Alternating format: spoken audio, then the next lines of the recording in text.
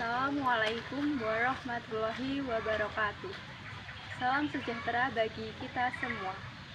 Yang terhormat Kepala Sekolah SMA Negeri 1 Jetis, Bapak Sumarno SPD MPD. Yang saya hormati Juri Ujian Praktik Pidato Bahasa Indonesia, Ibu Sugianti SPD MPD. Yang saya hormati Bapak Ibu guru dan staf karyawan serta teman-teman yang saya sayangi. Pertama dan yang utama, marilah kita mengucapkan puji syukur atas kehadirat Allah Subhanahu wa Ta'ala yang telah memberikan hidayah dan nikmatnya kepada kita semua, sehingga dapat berkumpul di tempat ini dengan keadaan sehat dan tanpa kurang suatu apapun. Tak lupa, marilah kita haturkan sholawat serta salam kepada junjungan kita Nabi besar Muhammad SAW. Semoga kita mendapatkan syafaatnya di hari kiamat kelak. Hadirin yang saya hormati, pada kesempatan ini izinkan saya, Maisha Lailia Salsabila, untuk menyampaikan sebuah pidato dengan tema pelaksanaan pemilu 2024. Indonesia sebagai negara demokrasi sudah sepatutnya mengadakan pemilu. Negara demokrasi adalah bentuk pemerintahan yang keputusannya didasarkan pada rakyat. Prinsip pemerintahan demokrasi sendiri adalah dari rakyat, oleh rakyat, dan untuk rakyat. Pemerintahan dari rakyat maksudnya bahwa suatu pemerintahan yang sah adalah pemerintahan yang memperoleh pengakuan dan dukungan sebagian besar rakyat melalui pemilu. Pemerintahan oleh rakyat diartikan sebagai pemerintahan yang menjalankan kekuasaannya atas nama rakyat, dan pemerintahan dalam menjalankan kekuasaannya tersebut berada dalam pengawasan rakyat. Pengawasan ini bisa dilakukan secara langsung maupun tidak langsung. Pemerintahan untuk rakyat yaitu bahwa kekuasaan yang diberikan oleh rakyat kepada pemerintah harus dijalankan untuk kepentingan rakyat. Kepentingan rakyat ini harus menjadi landasan utama kebijakan yang dibuat pemerintah secara demokratis.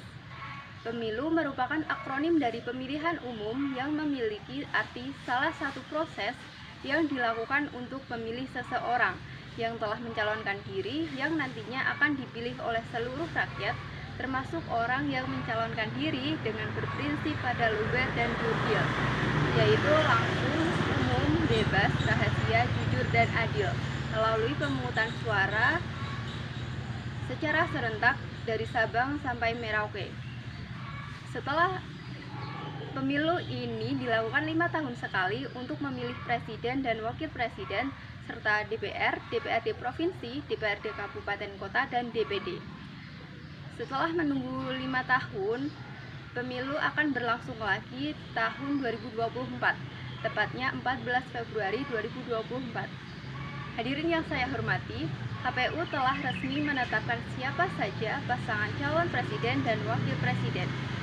Ada 3 pasangan calon presiden dan wakil presiden, yaitu Anies Baswedan dan Muhaimin Iskandar sebagai pasangan calon nomor urut 1, Prabowo Subianto dan Gibran Rakabuming Raka sebagai pasangan calon nomor urut 2, Ganjar Pranowo dan Mahfud MD sebagai pasangan calon nomor urut 3. Adu gagasan calon presiden dan wakil presiden juga diadakan sebanyak 5 kali dengan tema yang berbeda, dibagi menjadi 3 kali debat calon presiden dan 2 kali debat calon wakil presiden. Debat ini ditayangkan di berbagai stasiun televisi maupun radio. Digelar bertujuan agar masyarakat dapat mengetahui kualitas masing-masing pasangan calon dan menjadi bahan pertimbangan untuk menentukan siapa calon yang baik dan cocok untuk menjabat sebagai kepala negara. Hadirin yang saya hormati, dalam bingkai demokrasi, pemilu harus dilaksanakan secara damai. Pelaksanaan pemilu harus didasarkan pada nilai Pancasila dan demokrasi. Nilai Pancasila yaitu terutama sila keempat, kerakyatan yang dipimpin oleh hikmat kebijaksanaan dalam permusyawaratan perwakilan. Maksudnya bahwa pemilu yang merupakan musyawarah besar rakyat Indonesia karena pada hari yang sama rakyat Indonesia yang sudah terdaftar memberikan pendapat berupa surat suara di TPS. Nilai-nilai demokrasi dengan maksud yaitu menyelesaikan pertikaian dengan damai, menyelesaikan pergantian perubahan dengan damai, pergantian kekuasaan dengan teratur, sesedikit mungkin unsur paksaan dalam pembuatan, pelaksanaan, dan penegakan keputusan politik, adanya nilai keanekaragaman, adanya pengakuan dan jaminan atas tegaknya keadilan, serta ilmu pengetahuan yang maju. Hadirin yang saya hormati, pelaksanaan pemilu di luar negeri diadakan lebih awal daripada di dalam negeri. Tetapi seiring dengan pelaksanaan pemilu di luar negeri, banyak berita tidak mengenakan tentang pemilu. Sebagai contoh, terdapat beberapa WNI di Inggris yang tidak mendapatkan hak memilih, padahal sudah datang di waktu yang telah ditentukan. Selain itu, berita tentang hasil penghitungan suara di luar negeri viral di media sosial yang ternyata hoax. Pelaksanaan pemungutan suara pemilu 2024 yang berlangsung pada Rabu 14 Februari di dalam negeri secara umum berlangsung tenang dan damai. Para pemilih datang ke TPS setempat dan menyerahkan undangan pemilihan umum kepada petugas. Kemudian menunggu untuk dipanggil untuk mengambil surat suara, lalu ke bilik suara untuk mencoblos. Setelah selesai, surat suara dilipat kembali dan dimasukkan ke dalam kotak suara. Dilanjutkan dengan mencelupkan jari ke tinta sebagai tanda sudah mencoblos.